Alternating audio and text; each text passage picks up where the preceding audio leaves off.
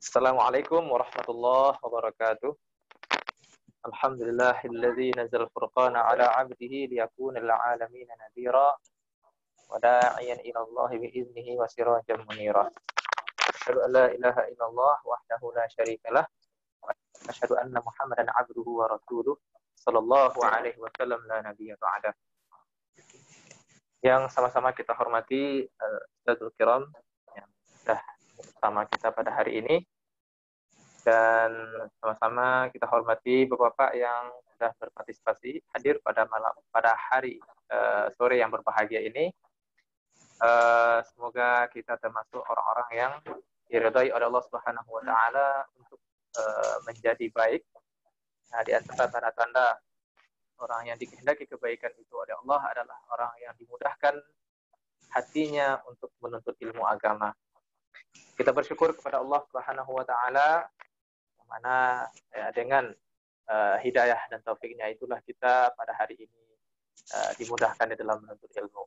Kemudian kita bersalawat kepada junjungan Nabi Muhammad Shallallahu Alaihi Wasallam yang telah meninggalkan para ulama sebagai ahli waris kenabian atau ahli waris risalah, yang mana tidak ada manusia yang lebih mulia dibandingkan setelah Nabi Muhammad SAW, setelah para rasul, melainkan adalah para ulama atau orang-orang yang mendalam ilmunya di bidang agama. Baik, sebelum kita mintakan kepada Ustadz untuk menyampaikan materi, mari kita buka acara kita dengan mengucapkan basmalah. Bismillahirrahmanirrahim. Allahumma rabbana zidna ilman warzuqna fahma. Allahumma 'allimna ma yanfa'una wanfa'na bima 'allamtana wa zidna ilma. Baik, mungkin sedikit sebelum kita minta kepada Ustadz waktu untuk menerangkan atau memaparkan materi. Minggu kemarin kita sudah mengkaji sedikit tentang fikih taharah. Yang barangkali ada beberapa yang bertanya kenapa minggu kemarin kita bahas fikih taharah dan hari ini juga bahas fikih taharah. Ya memang fikih taharah pembahasannya sangat panjang. Ada permasalahan-permasalahan di dalamnya terkait dengan wudu, kemudian ada tayamum, ada juga permasalahan mandi besar, mandi wajib itu, ada mandi sunnah, dan juga segala macam praktek-praktek bersuci di dalam Islam, itu semuanya bagian dari taharah. Jadi taharah ini akan sering kita kita bahas, mungkin ada 3 atau 2 kali pertemuan lagi baru kita menuntaskannya. Barangkali setelah itu kita bisa masuk pada fikih ibadah atau fikih sholat misalnya. Nah, kemudian juga kita insya Allah Al-Ustadz akan membersamai kita sampai jam, ya mungkin untuk materi kita minta pada Ustadz 60 menit atau 50 menit. Setelah itu kita minta waktu Ustadz untuk tanya jawab. Ya target kita mungkin sampai jam kalau jam di sini berarti sekitar jam 6.30 Ustadz, jam 18.30 karena waktu maghrib semakin maju. Jadi jam 7 atau 7 kurang 10 itu kita break atau kita akhiri gitu. Baik, Bapak, Ibu-ibu, Ibu-ibu belum masuk ya, Bapak aja di sini. Bapak, kalau misalnya masih menyalakan audionya, ketika kita nanti di tengah materi kita matikan dulu audionya, kemudian secepat mungkin kita siapkan pena dan buku, karena untuk mengikat ilmu itu dengan pena dan buku. Ya. Kita mengikat ilmu memang mungkin dengan video, tapi kadang kita tidak punya waktu untuk menyimak video rekaman gitu. Jadi sebaiknya kita siapkan buku dan pena, mencatat ringkasan atau hal-hal penting yang disampaikan oleh Al-Ustadz. Baik, ini kan pembukaan yang disampaikan, waktu dan tempat kita persilahkan kepada Ustadz dengan segala hormat. Assalamualaikum warahmatullahi wabarakatuh. Waalaikumsalam warahmatullahi wabarakatuh. Bismillahirrahmanirrahim. Alhamdulillahi rabbil alamin. Assalatu wassalamu ala asyrafil anbiya'i wal mursalin. Sayyidina wa maulana Muhammadin wa ala alihi wa sahbihi wa dhurriyyatihi wa ahli baitihi ajma'in. Tibtum wa taba mamsyakum wa tabawwa'tum minal jannati manzila. Bapak-bapak, ibu-ibu, hadirin hadirat yang dimuliakan oleh Allah Subhanahu wa taala. Kita bersyukur kepada Allah pada waktu malam di Indonesia dan waktu sore di Abu Dhabi. Allah mengumpulkan kita di kondisi yang terbaik. Kita berdoa kepada Allah mudah-mudahan kebersamaan kita ini berlanjut kepada kebersamaan ke surga nanti insya Allah. Amin ya rabbal alamin. Selawat dan salam kita doakan kepada Allah agar selalu tercurah kepada Nabi kita Muhammad sallallahu alaihi wasallam. Allahumma salli wa sallim wa barik wa an'im ala sayyidina Muhammadin wa ala alihi wa sahbihi wa man tabi'ahum bi ihsanin ila yaumiddin.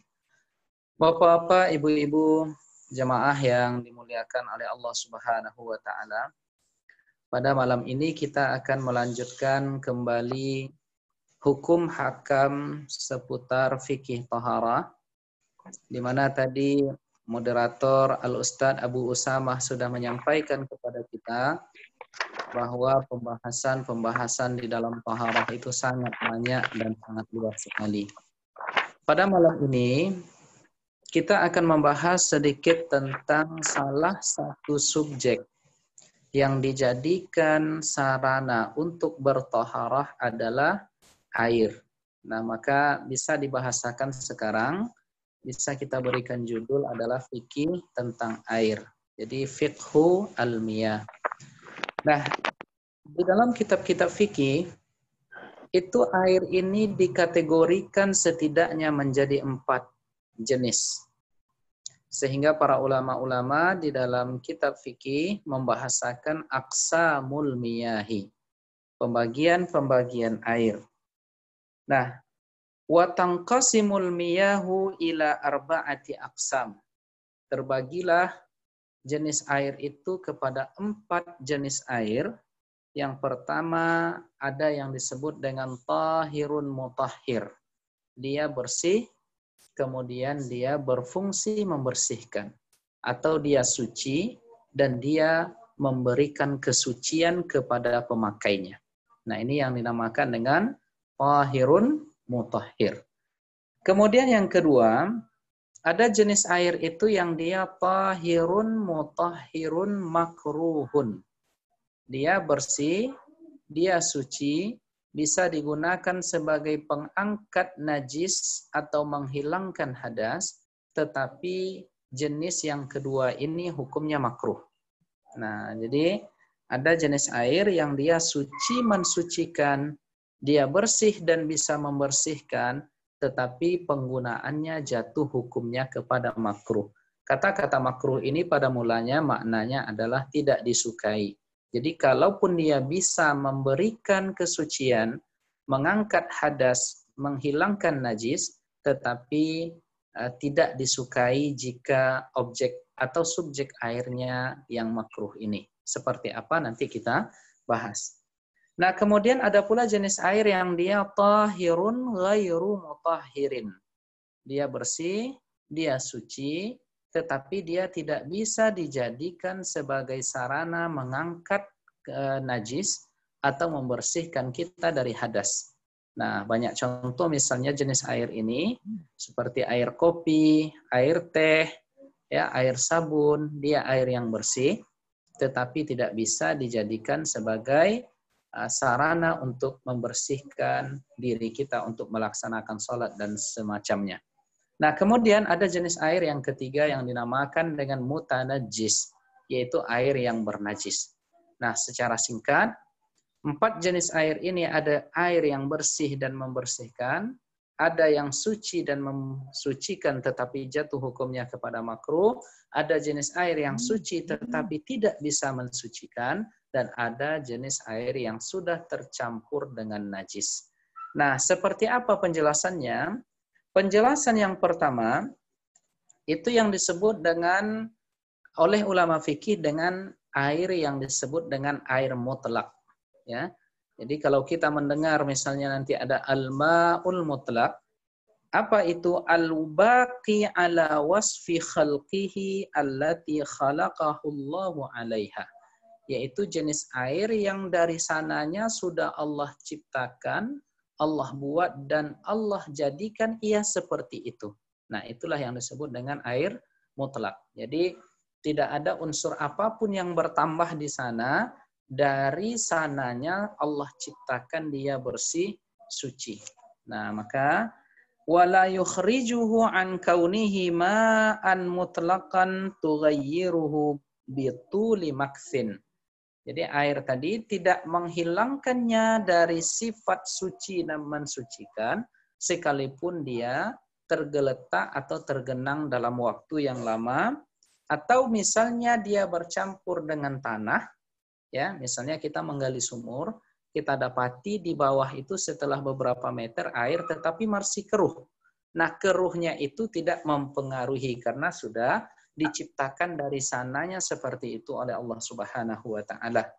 Nah, maka yang menjadi dalil bahwa jenis air yang seperti ini adalah tahir, suci, sebagaimana diriwayatkan oleh Al-Imam Al-Bukhari di dalam kitab sahihnya pada nomor hadis yang ke-217, di mana bersumber dari Abu Hurairah radhiyallahu anhu, qama a'rabiyyun fabala fil masjid.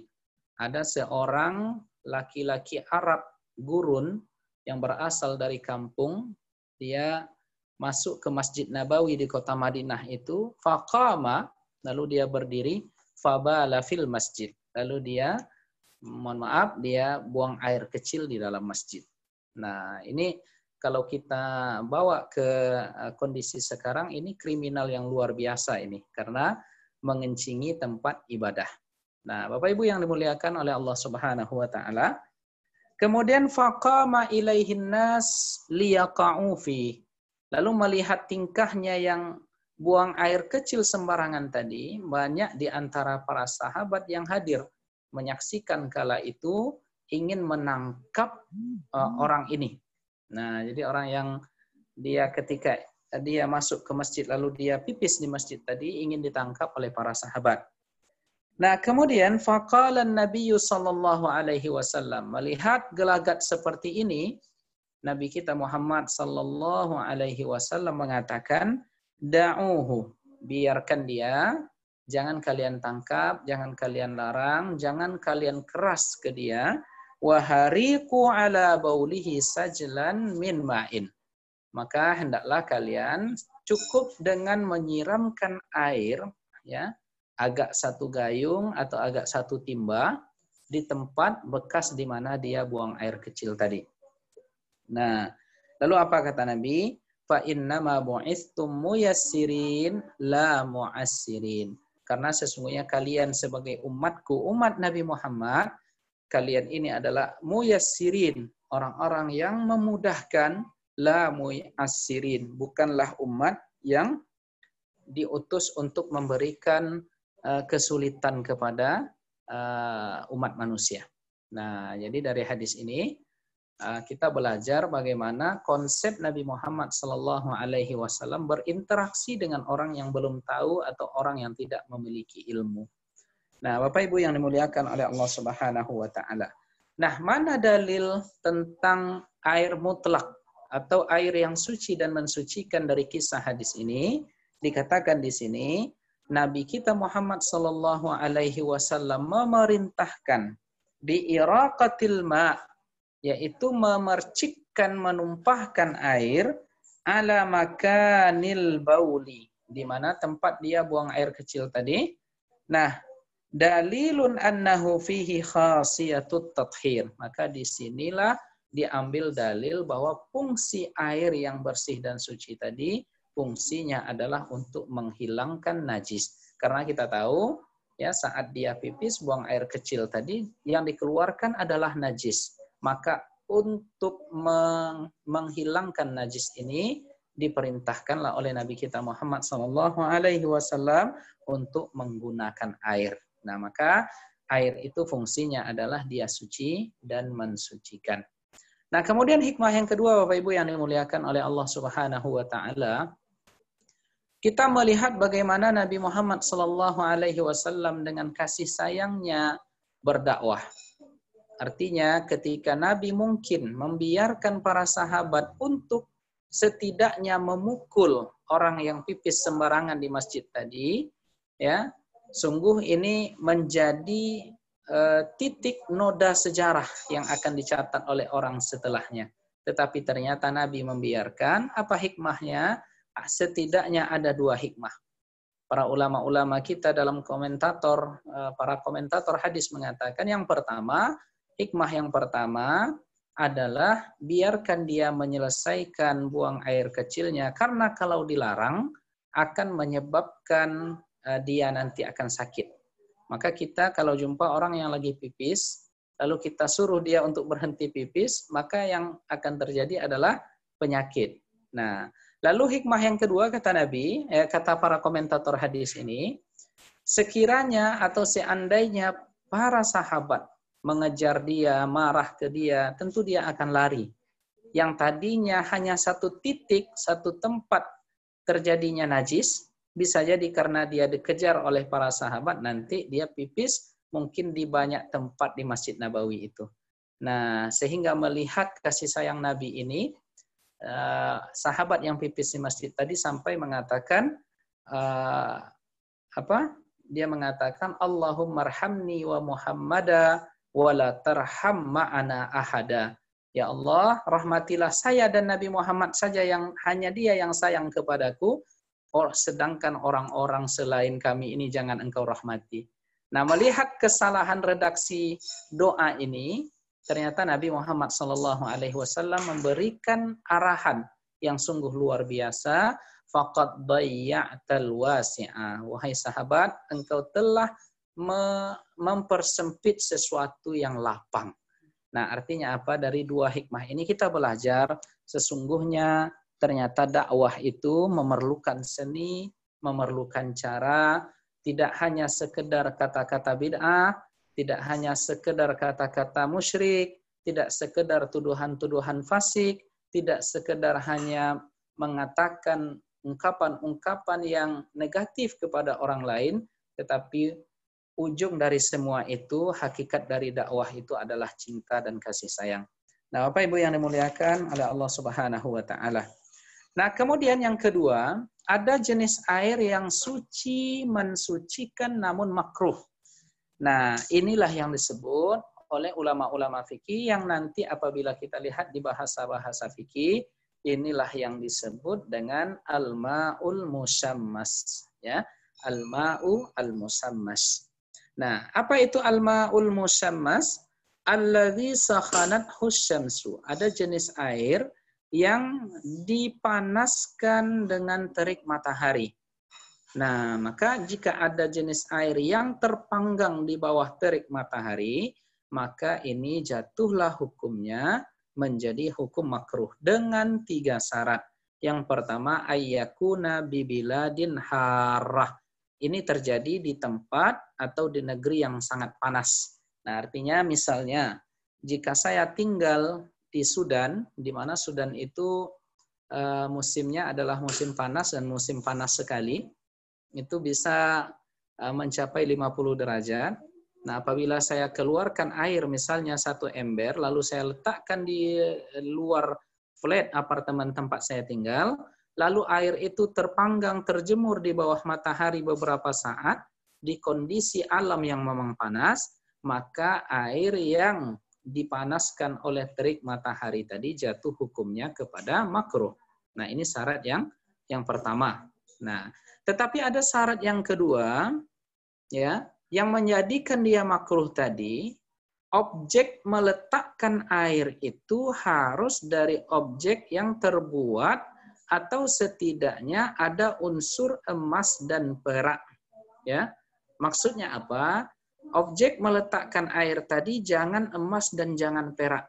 Jadi kalau misalnya embernya terbuat dari emas, maka tidak berlaku air musammas ini. Ya. Nah, misalnya kal hadid wan nuhas. Seperti mungkin embernya terbuat dari unsur karah, kemudian unsur besi, unsur nikel, wa kullu ma'danin qabilun litarki, dan setiap bahan-bahan, ya, setiap jenis-jenis yang dibuat dan bisa menyebabkan suhu panas. Nah, jadi kalau lapisannya emas, lapisannya perak, maka tidak apa-apa. Nah, tetapi selain emas dan perak yang menjadi tempat air tadi terpanggang dan terjemur, maka jatuhlah hukumnya kepada hukum makruh. Nah, kemudian syarat yang ketiga, ayyakuna isti'maluhu fil badan li adamiyin walau mayyitan aw hayawan yalhaquhul baras kal khail. Nah, jadi pemakaiannya itu digunakan untuk fisik. Nah, jadi kalau air musyammas kita gunakan untuk mencuci kain atau mencuci mobil, kendaraan kita, maka tidak jatuh hukumnya kepada musyammas. Nah, sebab apa? Karena jenis air musyammas ini katanya jika menimpa fisik atau mengenai badan, maka akan melahirkan, bisa menyebabkan sakit al-baras, yaitu penyakit kulit. Nah, jadi jenis air yang kedua, dia suci dan mensucikan, tetapi hukumnya makruh, ya. Hukum makruh ini apabila dikerjakan tidak apa-apa, namun apabila ditinggalkan mendapat pahala. Nah, jadi artinya kalau kita tinggalkan kita berpahala. Tapi kalau kita kerjakan tidak apa-apa, hanya saja memuncul kemungkinan kemudaratan yang akan terjadi. Nah, Bapak Ibu yang dimuliakan oleh Allah Subhanahu wa taala. Nah, itu yang kedua. Kemudian yang ketiga, ada jenis air yang dia suci tetapi tidak mensucikan.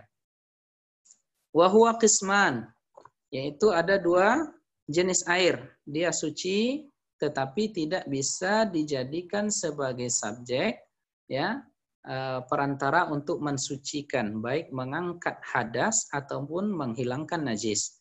Nah, yang pertama, inilah yang disebut dengan air yang al-qalilul musta'malu fi fardhit taharah. Air yang dia sedikit tetapi sudah digunakan dalam rangka bersuci seperti mandi dan berwudu. Nah, jenis air ini dia suci tetapi dia tidak mensucikan. Nah, dalilnya apa? Dalil bahwa jenis air ini bersih sebagaimana yang diriwayatkan oleh Al-Imam Al-Bukhari pada nomor hadis 191 bersumber dari Jabir bin Abdullah radhiyallahu anhu maqal qala jaa Rasulullah sallallahu alaihi wasallam, datang Rasulullah sallallahu alaihi wasallam mengunjungiku, wa ana maridun, dan saat itu saya dalam kondisi sakit, la aqilu, kesadaran saya tidak penuh ketika itu, fatawadda'a, lalu Nabi berwudu, wasabba min wudu'ihi alayya, lalu Nabi memercikkan air bekas wudunya itu ke saya, kata Jabir bin Abdullah. Nah, ini dalil bahwa air itu suci.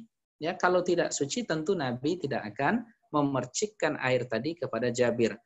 Tetapi dalil yang menunjukkan dia tidak bisa kita gunakan sebagai sarana mengangkat najis, ya, mengangkat hadas atau menghilangkan najis, hadis riwayat Imam Muslim pada nomor hadis yang ke-283 bersumber dari Abu Hurairah radhiyallahu anhu bahwa Nabi kita Muhammad sallallahu alaihi wasallam mengatakan, la yautasil ahadukum fil ma'id daim. Janganlah di antara kalian ini dia mandi di air yang tidak mengalir, wa huwa junubun, di mana dia dalam keadaan junub. Nah, jadi air yang tergenang tidak mengalir tidak boleh digunakan ya sebagai sarana untuk bersuci. Nah, faqalu ya Aba Hurairah kaifa yaf'al? Nah, lalu para sahabat tadi bertanya kepada Abu Hurairah, kalau misalnya kami mendapati ada air yang dia tidak mengalir, sedangkan kami ingin ketika itu mengangkat hadas, menghilangkan hadas, apa yang harus kami lakukan? Jadi Abu Hurairah mengatakan, ya tanawuluhu tanawulan. Jadi dia ambil dengan berangsur-angsur. Artinya kalau teknisnya sekarang, air yang tidak banyak tadi dan dia tidak mengalir tadi, cukup kita gunakan gayung untuk mengambilnya untuk membersihkan badan kita. Nah, inilah yang terjadi di rumah kita masing-masing, di mana kita biasanya mandi memakai bak mandi menggunakan gayung, dan mungkin ada juga yang saya tidak tahu di Emirat barangkali pakai shower ya mandinya. Nah, Bapak Ibu yang ya pakai shower. Bapak Ibu yang dimuliakan oleh Allah Subhanahu wa taala. Nah, kemudian hadis tadi memberikan faedah dan pengajaran kepada kita annal iltisala fil ma yukhrijuhu an tahuriyatih. Jadi pemakaian air yang tidak mengalir tadi dalam jumlah terbatas tadi, jika selesai kita gunakan untuk mandi, sisanya ya atau kita gunakan untuk berwudu, nah menunjukkan bahwa air tadi sudah hilang dari sifat pembersihannya, jadi sifat kesuciannya. Konkretnya seperti ini Bapak Ibu yang dimuliakan oleh Allah Subhanahu wa taala.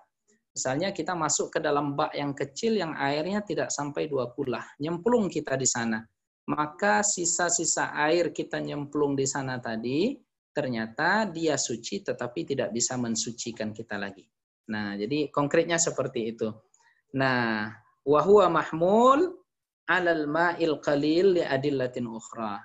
Karena ada dalil-dalil yang lain, maka kasus ini ya dibawakan, diarahkan kepada jenis airnya yang sedikit. Jadi kalau airnya banyak, lebih dari standar 2 kulah, maka insya Allah tidak mempengaruhi.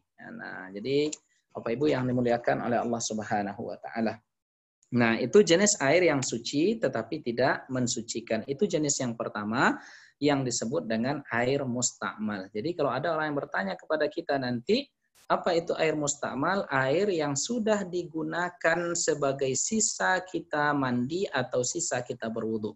Maka itu tidak sah lagi digunakan untuk mandi dan digunakan untuk berwudu. Nah, inilah yang menjadi pilihan dari mazhab Al-Imam Asy-Syafi'i.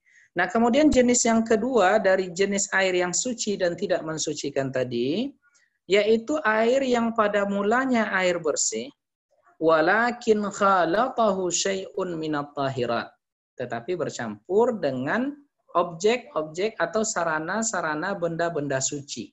Nah, ini tidak bisa kita gunakan lagi untuk berwudu ataupun mandi. Contoh seperti air yang sudah bercampur dengan sabun. Dia suci, dia bersih, tetapi tidak bisa digunakan untuk kita bersuci. Jadi jangan nanti nampak air yang sudah bercampur dengan sabun, lalu kita gunakan itu sebagai sarana kita berwudu. Nah, ini tidak sah karena jenis airnya ini adalah air yang suci tetapi tidak mensucikan. Begitu juga air teh atau air lemon, air jus ya yang berasal dari buah-buahan yang sudah tercampur ya dari bahan-bahan yang bersih dan suci, maka dia jenis airnya sudah jatuh kepada air yang suci tetapi tidak mensucikan. Nah, kemudian jenis yang selanjutnya Bapak Ibu yang dimuliakan oleh Allah Subhanahu wa taala yaitu air yang najis. Nah, apa definisi dari najis tadi? Yaitu allazi waqa'at fihi najasah, yaitu jenis air yang sudah terjatuh bercampur di dalamnya benda-benda najis. Dan ada 2 jenis ya. Yang pertama, kalau benda najis tadi bercampur di dalam air yang sedikit yang kurang dari 2 kula, maka air ini menjadi otomatis menjadi air najis dengan jatuhnya najis di tempat air tadi. Nah, kemudian sekalipun sedikit ya, sekalipun sedikit dan tidak berubah rasa, warna dan aromanya, tetapi airnya kurang dari 2 kulah, maka maka dia tetap dikategorikan sebagai air yang mutanajis, yang bernajis. Nah, sekarang muncul pertanyaan, 2 kulah itu berapa ukurannya? Nah, ukurannya sekarang ini sekitar sama numi'ah wa sab'atun wa khamsina gram. Jadi 2 kulah itu 857 gram. Ya, 857 gram air, atau kalau dikonversikan ke kilogramnya 192,857. Nah, ini kira-kira nih berapa berapa liter ini ya? 192, anggaplah kita genapkan 193 kilogram berat airnya. Nah, apakah berapa literkah kira-kira ya, 2 kulah ini? Nah, Bapak Ibu yang dimuliakan oleh Allah Subhanahu wa taala. Nah, jika lebih di atas ukuran tadi, di atas 2 kulah tadi, nah, apa kata Rasul sebagaimana yang diriwayatkan Imam Abu Daud, "Idza kana al-ma'u qullataini lam yahmilil khabasa." Apabila air itu sudah mencapai kadar banyaknya 2 kulah, maka tidak termasuk kategori dia bernajis. Nah, sekalipun masuk ke dalamnya, misalnya ada kotoran kucing masuk ke air yang lebih dari 2 kulah, maka air yang lebih dari 2 kulah tadi tidaklah jatuh hukumnya kepada air yang bernajis. Nah, Bapak Ibu yang dimuliakan oleh Allah Subhanahu wa taala. Nah, kemudian ma yasluhu min halit tathhir. Jadi dari 4 jenis air yang kita gunakan tadi, yang kita sebutkan tadi, mana yang layak dan baik digunakan sebagai sarana untuk kita bersuci. Nah, maka dari keempat jenis air tadi, laisat kulluha salihatan lit-taharah. Tidak semuanya itu yang sah kita gunakan untuk taharah, ya. Ammad nau'us salis fala yasluhu tatahharu bih. Ya, jenis air yang ketiga itu tidak sah digunakan untuk bertaharah, ya, mengangkat najis atau membersihkan kondisi kita dari hadas. Nah, kemudian wa amman nau'ur rabi' fa huwa mutanajjis la yasluhu lisyai'. Ya, jenis air yang keempat itu dia bernajis, tentu tidak bisa kita gunakan sebagai sarana kita bertaharah. Oleh karenanya, cara dan langkah yang paling aman dalam bertaharah ini, baik untuk mandi ataupun untuk berwudu, adalah menggunakan air dari keran al-Hanafiyah, ya. Air yang keluar dari keran, karena itu lebih terjamin, dia belum tercampur dengan suatu apapun, dan itu lebih terjamin tentang kebersihan dan kebaikannya. Nah, Bapak Ibu yang dimuliakan oleh Allah Subhanahu wa taala. Nah, sekarang kita masuk ke persoalan setelah masalah air tadi. Ada persoalan di dalam fikih yang dinamakan dengan jenis-jenis taharah. Ya. Jadi setelah air kita membahas jenis-jenis taharah, maka saya ingin menegaskan di awal, taharah itu ada 2 bentuk. Yang pertama taharah dari najis, dan yang kedua taharah dari hadas. Jadi nanti jangan kita tidak tahu, ya, jangan sampai tidak tahu apa perbedaan najis dengan hadas. Nah, apa itu najis? Najis itu secara bahasa artinya adalah mustaqdzar.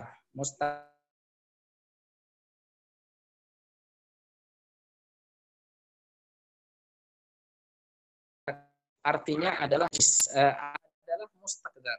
Ya, kata-kata najisun di dalam bahasa Arab, ya, persamaan katanya adalah mustaqdzar. Nah, misalnya ketika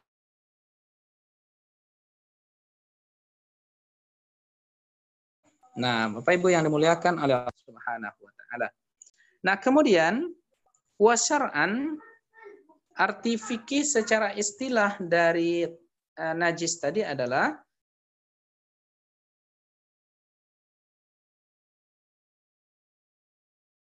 mustaqdzar, yaitu segala sesuatu yang terkategorikan dia mustaqdzar, dia kotor, yang bisa menghalang kesahan kita salat, seperti darah dan air kencing. Nah, jadi ini ya yang dinamakan dengan najis, yaitu segala sesuatu yang dianggap kotor, ya, dianggap tidak bersih, dan dia bisa menghalang dari sahnya kita melaksanakan sholat. Apa itu contohnya? Contohnya darah. Ya, darah dikategorikan dia sebagai najis karena dia menghalang sahnya kita melaksanakan sholat. Begitu juga dengan air seni, nah, atau air kencing. Nah, Bapak Ibu yang dimuliakan oleh Allah Subhanahu wa taala. Dari pengertian ini kita bisa mengambil kesimpulan najis itu dia benda yang terlihat. Nah, maka najis benda yang terlihat. Maka apa saja benda yang terlihat yang dikategorikan najis, setidaknya ada 7 kategori yang penting yang jatuh hukumnya dihukumi sebagai najis. Apa itu? Yang pertama khamar, ya. Wa kullu ma'in muskir, dan segala ya sesuatu yang bisa memabukkan kategorinya masuk kepada khamar. Nah, tentang penjelasannya nanti kita uraikan satu persatu. Kenapa ini bisa menjadi najis? Karena dengan tegas Allah Subhanahu wa taala dalam surat Al-Maidah ayat 90 mengatakan, innamal khamru wal maisiru wal ansabu wal azlam rijsun. Sesungguhnya khamar ya dan judi, mengundi anak panah dan sebagainya, rijsun itu merupakan najis. Nah, jadi khamar, minuman-minuman keras memabukkan, itu dia najis. Apabila mengenai sarung kita, jubah kita, peci kita, pakaian kita, maka dia mesti dicuci, dibersihkan karena menghalang akan kesahan salat kita. Nah, kemudian yang kedua, al-kalbu wal khinzir. Yang kedua ada yang dia najis ini dari binatang, yaitu anjing dan khinzir.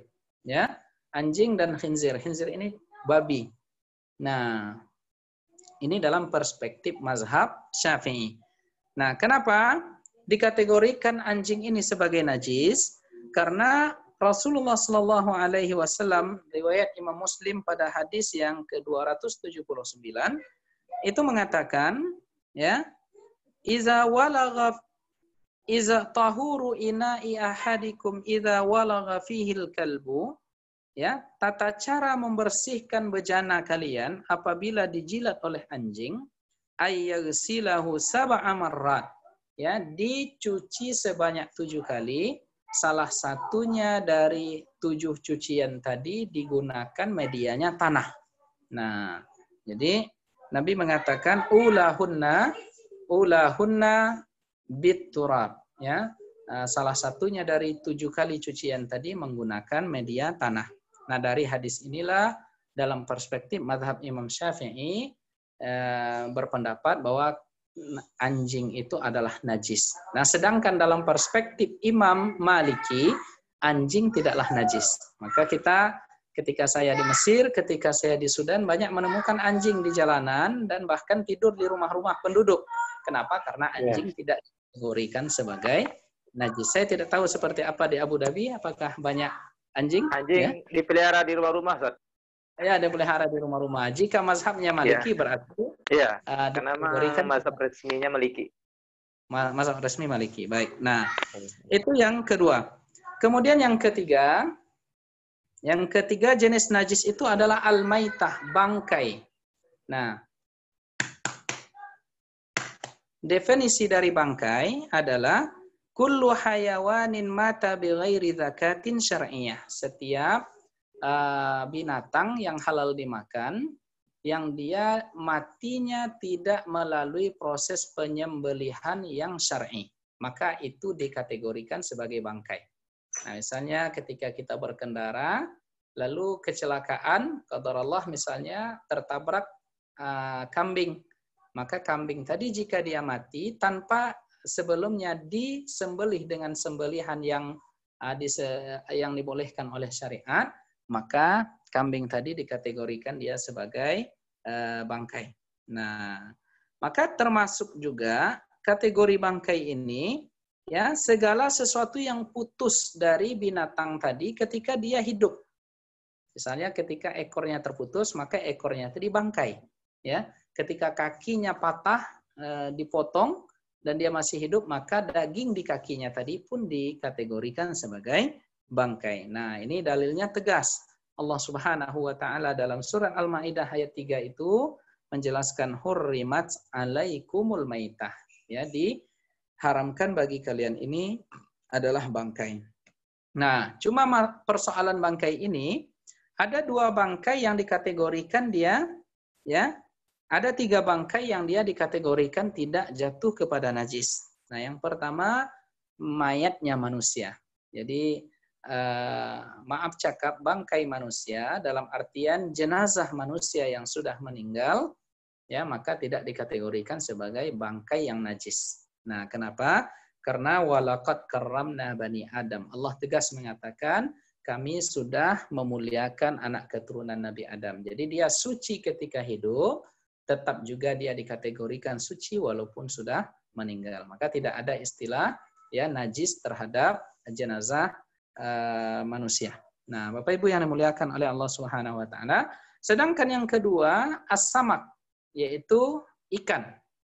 Maka ikan tidak perlu kita sembelih untuk kita makan, ya. Karena dia tidak memerlukan penyembelihan dan dia cukup ya ketika dia sudah menjadi bangkai, selagi layak dimakan, maka sah hukumnya untuk dimakan. Maka dia tidak terkategorikan sebagai bangkai. Kemudian wal jarad. Wal jarad ini adalah belalang. Nah, maka dalam sebuah hadis para sahabat meriwayatkan ghazawna ma'a Rasulillah sallallahu alaihi wasallam na'kulul jarada. Kami dulu pernah berperang bersama Rasulullah, lalu kami dapati ada belalang, lalu kami makan belalang tadi dan Nabi tidak melarang kami. Dari hadis ini dikategorikan belalang dan bangkainya tidaklah jatuh hukumnya kepada bangkai atau najis. Nah, Bapak Ibu yang dimuliakan oleh Allah, kemudian yang keempat, jenis dari najis tadi adalah ad-damus sa'il, yaitu darah yang mengalir, ya, wa minhul qayhu, di antaranya juga nanti ya termasuk dari bagian dari darah yang najis ini adalah muntah. Jadi kalau kita memuntahkan makanan yang sudah kita makan, maka muntah tadi dikategorikan dia sebagai najis. Nah, begitu juga dengan darah. Nah, Allah Subhanahu wa taala mengatakan audaman masfuhan aw lahma khinzirin fa innahu rijsun, atau ada darah yang tertumpah, ada daging babi, kata Allah, sesungguhnya itu adalah rijis, sesungguhnya itu adalah najis. Nah, dari jenis darah ini ada pengecualian, ada darah yang tidak dikategorikan sebagai najis. Apa itu?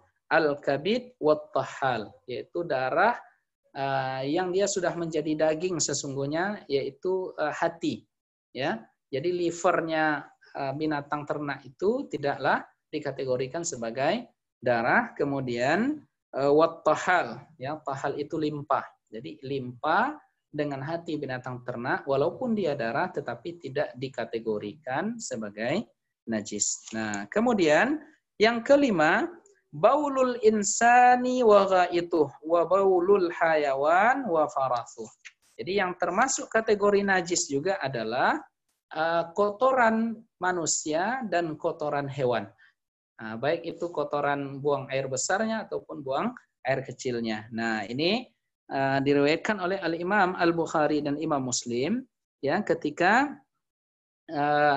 menunjukkan betapa tadi riwayat ada seorang Arab gurun yang masuk ke masjid lalu dia pipis di dalam masjid. Ini menjadi dalil bahwa pipisnya manusia atau tinjanya manusia itu menjadi najis. Nah, begitu.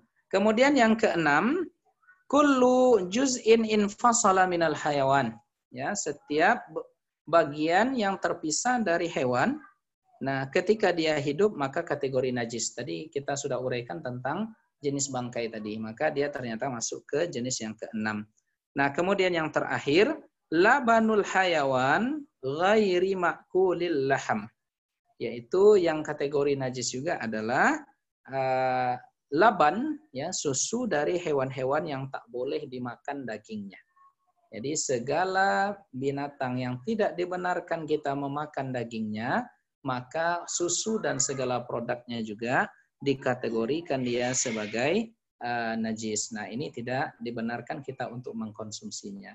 Nah, begitu barangkali sudah 50 menit saya membuka tadi diskusi kita dan kajian kita tentang masalah fikih taharah, dimulai tentang tentang air, jenis-jenis air, dan kita masuk pula tadi jenis-jenis dan bentuk-bentuk dari taharah. Ada yang taharah dari najis dan jenis najis ada 7. Nanti kita lanjutkan di pertemuan yang berikutnya tentang lanjutannya, bisa jadi nanti kita akan membahas tentang persoalan yang berkaitan dengan hadas. Nah, sementara saya serahkan kembali kepada Al-Ustadz Abu Usama untuk barangkali kita mempertegas persoalan ini dalam tanya jawab. Silakan. Baik, jazakumullah khairan Ustaz. Demikianlah paparan dari Al-Ustaz kita terkait dengan permasalahan air dan juga bagian-bagian dari air yang mensucikan, suci dan mensucikan, suci tapi tidak dapat mensucikan, dan juga suci tapi makruh untuk digunakan untuk bersuci, kemudian juga air yang bernajis, dan beberapa permasalahan yang terkait dengan air yang tadi mensucikan dan yang tidak mensucikan. Mungkin kita buka ya sesi tanya jawab kepada bapak-bapak yang mungkin ada yang mau ditanyakan. Silahkan dinyalakan audionya atau menuliskan pertanyaannya di kolom chat pertanyaannya. Nanti kita bisa langsung tanyakan kepada Ustaz. Ya, kalau bisa pertanyaannya tidak jauh dari permasalahan air ya. Baik, ini pertanyaan sudah banyak masuk. Ustaz, Assalamualaikum. Oke, Fadal Pak Lemi. Assalamualaikum warahmatullahi wabarakatuh. Waalaikumsalam. Nama saya Hamimi. Mau bertanya tentang apabila saya berhadas besar dan saya bermandi junub, setelah itu saya mau melakukan sholat. Apakah boleh saya langsung sholat atau harus ambil wudhu lagi? Baik. Sekian pertanyaan saya. Assalamualaikum warahmatullahi wabarakatuh. Assalamualaikum warahmatullahi wabarakatuh. Wa idza kuntum junuban fattahharu. Di dalam Al-Qur'an Allah Subhanahu wa taala menjelaskan, apabila kalian dalam keadaan junub hendaklah bersuci, dan bersuci menghilangkan hadas kita dari kondisi junub tadi adalah dengan mandi. Nah, sekarang muncul pertanyaan, bagaimana status hukumnya setelah kita mandi? Apakah kita perlu berwudu lagi demi melaksanakan salat, atau sudah cukup dengan mandi tadi kita kita sudah dianggap bersih dari segala hadas dan kita langsung salat? Nah, begini pertanyaannya. Nah, makanya Bapak Ibu yang dimuliakan oleh Allah Subhanahu wa taala, dalam etika atau sunnah ketika kita mandi besar itu, baik karena junub atau karena kondisi selesai dari haid, itu etika sunnahnya berwudu terlebih dahulu. Nah, jadi kita membersihkan segala kemungkinan najis yang menempel di tubuh, lalu menggosok-gosok di mana bagian-bagian lipatan-lipatan yang kemungkinan di sana ada najis. Setelah itu berkumur-kumur, setelah itu memasukkan air ke hidung, lalu kita berwudu. Nah, selesai wudu dengan wudu'an kamilan, lalu kita sempurnakan dengan mandi besar. Kita siram seluruh tubuh kita. Jika kita memulainya dan mengakhirinya dengan cara sunnah seperti itu, maka kita tidak perlu berwudu lagi. Ya, setelah itu langsung kita melaksanakan sholat. Ya, dengan syarat selesai kita mandi tadi kita tidak berbuat sesuatu yang membatalkan wudhu kita. Maaf cakap misalnya setelah mandi, lalu maaf cakap kita menyentuh kemaluan. Maka ini otomatis membatalkan wudhu kita di awal tadi, dan kita jika ingin sholat kita harus berwudhu kembali. Nah, itu yang pertama. Sedangkan yang kedua, jika di antara kita ini misalnya dia langsung mandi tanpa berwudu terlebih dahulu, ya, ada di internal mazhab Syafi'i memang terjadi perbedaan pendapat, tetapi saya lebih cenderung ke pendapat yang mengatakan kita mesti berwudu kembali. Nah, jadi tidak cukup dengan mandi saja, di mana tidak diawali dengan wudu sunnah tadi, ya, kesunahan berwudu tadi yang dia dianjurkan kita berwudu sebelum mandi, tetapi misalnya kita langsung mandi, tetapi sebelumnya kita tidak berwudu, maka setelah mandi tadi kita mesti berwudu kembali. Kenapa? Karena dalam kondisi seperti ini berlakulah ayat iza qumtum ilas salati faghsilu wujuhakum wa aydiyakum ilal marafiq. Nah, saya lebih cenderung ke pendapat ini karena pensyariatan berwudu itu lain, sedangkan pensyariatan tentang mandi itu lain. Kecuali tadi kasusnya, kondisinya sebelum kita mandi kita berwudu, lalu kita mandi besar, artinya pada saat itu kita dalam kondisi wudu dan dalam kondisi sudah bersih. Nah, begitu Bapak Hamimi yang dimuliakan oleh Allah Subhanahu wa taala. Jadi teknisnya nanti silakan berwudu dulu, atau jika tidak berwudu untuk lebih menghilangkan waswas, ya berwudu setelah mandi besar tadi, baru kita melaksanakan salat. Demikian Abu Usama. Misalnya gini, Zat, apakah menyentuh bagian-bagian yang membatalkan wudu itu terjadinya setelah wudu sunnahnya itu atau setelah mandi? Setelah wudunya, setelah mandinya. Setelah mandinya, Zat, ya. Berarti kalau misalnya setelah wudu, kemudian ketika kita mandi pun nyentuh-nyentuh yang lain, kita tetap tidak membatalkan nanti wudunya, Zat. Halo, ya? Ya, Zat. Misalnya kita wudu sunnah sebelum mandi. Kemudian ketika kita mandi kita menyentuh atau enggak sengaja ketika proses kita mandi, pertanyaannya setelah kita berwudu tadi, otomatis nanti menyentuh bagian-bagian yang bisa membatalkan wudu tadi, begitu ya? Karena kan otomatis kita pakai sabun, pakai apa gitu ya. Nah, kalau begitu wudunya tadi batal. Jadi harus berwudu lagi setelah itu. Nah, jadi maksudnya jika bisa tidak menyentuh tadi, maka saya alas tadi bahasanya setelah berwudu tadi kita tidak menyentuh lagi bagian-bagian yang mungkin yang mungkin dia bisa membatalkan wudu kita. Maka bisa teknisnya ya sebelum berwudu itu kita cuci-cuci dulu. Maka saya bahasakan tadi seluruh lipatan di dalam tubuh itu dibersihkan dulu melalui sabun, disiram, setelah itu berwudu, setelah itu siram mandi besar. Nah, itu bentuk teknisnya yang lebih baik saya kira. Ya. Baik. Pak Mimi, bisa dipahami Pak ya? Kita pindah kepada pertanyaan yang kedua. Baik, kita persilakan dulu yang melampaikan. Gimana Pak Mimi? Sukron. Baik. Afwan Pak Mimi. Tafadhal Pak Rashid. Tafadhal. Assalamualaikum Ustaz. Waalaikumsalam. Ini masalah air tadi mungkin ada saya ketinggalan sedikit. Pertama untuk air najis ya Ustaz. Tadi dikatakan kalau lebih dari 2 kulah tidak najis. Kalau tidak salah gitu tadi katanya. Apakah ini berarti otomatis airnya berubah menjadi air mutlak? Yang pertama. Yang kedua untuk air mustakmal. Air salah satu definisinya tadi air yang sudah bercampur dengan benda suci lain kan.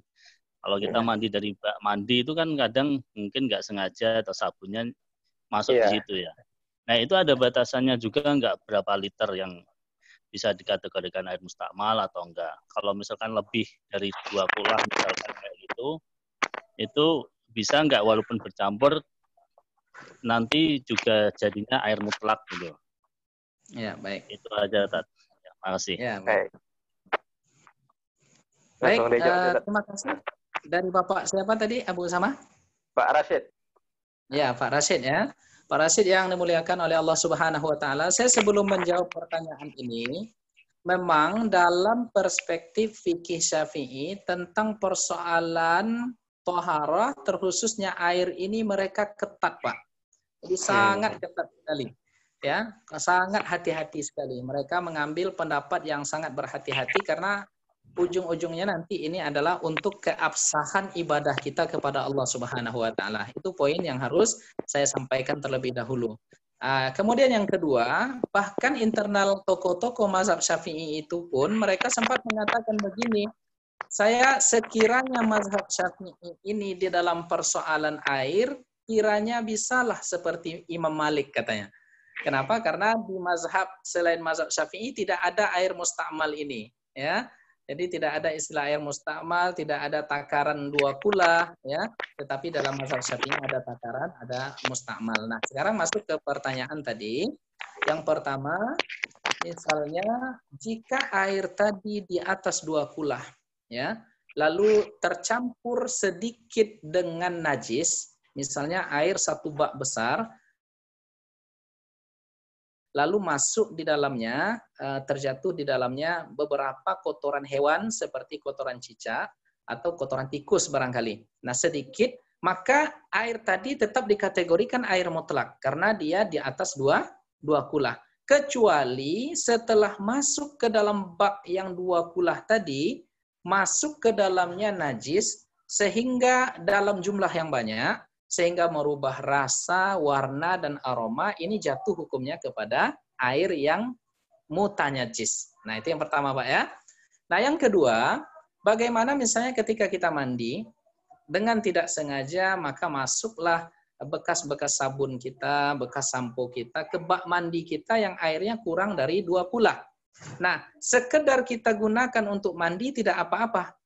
Tapi jika kita gunakan sisa air yang sudah tercampur, sisa air yang kurang dari 2 kula yang sudah bercampur dengan benda-benda yang seperti sabun, seperti sampo itu tidak sah lagi digunakan untuk berwudu. Nah, di sini ketatnya mazhab Imam Syafi'i karena ujung-ujungnya adalah keabsahan untuk beribadah. Maka kita tadi bahasakan kepada Bapak Ibu jemaah sekalian, maka kalau bisa untuk air mandi itu dipisahkan dengan air berwudu. Contohnya gimana? Kita mandi dari air bak, kan ada potensi nanti bak itu sisa air kita tadi memercik lagi ke bak tadi. Dan yang mandi bukan hanya kita, anak kita, istri kita, keluarga kita. Nah, kalau untuk berwudunya kita gunakan air dari keran. Nah, itu lebih berhati-hatinya nanti supaya kita tidak was-was di dalam hati. Nah, itu pendapat dalam mazhab Imam Syafi'i. Nah, jadi begitu Pak Rashid. Mudah-mudahan ini jawabannya bisa menjawab pertanyaan Bapak tadi. Ya, silakan. Ada yang lain? Baik. Kalau misalkan itu lebih dari 2 kula nggak apa-apa itu Ustadz ya, kalau untuk air ya, kalau lebih dari 2 kula, misalnya ini baknya lagi hidup airnya Pak, lagi ngalir gitu ya. Nah, lalu tercampur di dalamnya masuk sisa sampo, sisa sabun, itu kan lebih dari 2 kula, maka dia dikategorikan air yang suci dan mensucikan. Air mutlak. Ya. Tapi kalau tadi kasusnya misalnya dia airnya tidak ngalir, dia sudah tinggal sedikit, maka itu bisa dikategorikan sebagai air mustakmal tadi. Nah, sekedar untuk mandi tidak apa-apa, mandi biasa ya. Tapi kalau mandi wajib tidak boleh lagi. Ya, harus dengan air yang mutlak tadi, ya, air yang suci dan mensucikan tadi. Nah, makanya saya sarankan untuk berwudu kita memakai air dari keran. Ya, begitu, Pak. Baik. Baik. Oke, baik Pak Rashid. Terima kasih Pak Rashid. Pak Satiri tadi juga melambaikan tangan. Fadhol Pak Satiri. Assalamualaikum Tat. Udah Waalaikumsalam. Jadi gini Tat, gimana kalau misalkan kita tahu sekarang kalau misalnya kita camping dalam keadaan emergensi, kita tidak membawa air dan di situ ada air sungai dan sungainya itu airnya butek Tat, kotor, tapi dia mengalir. Dan mungkin kan dipakai untuk nyuci pakaian, orang mandi dan juga mungkin ada beberapa sedikit limbah industri. Nah, itu gimana Tat? Boleh nggak untuk berwudu sama mandi junub dari air sungai tersebut Tat? Syukron.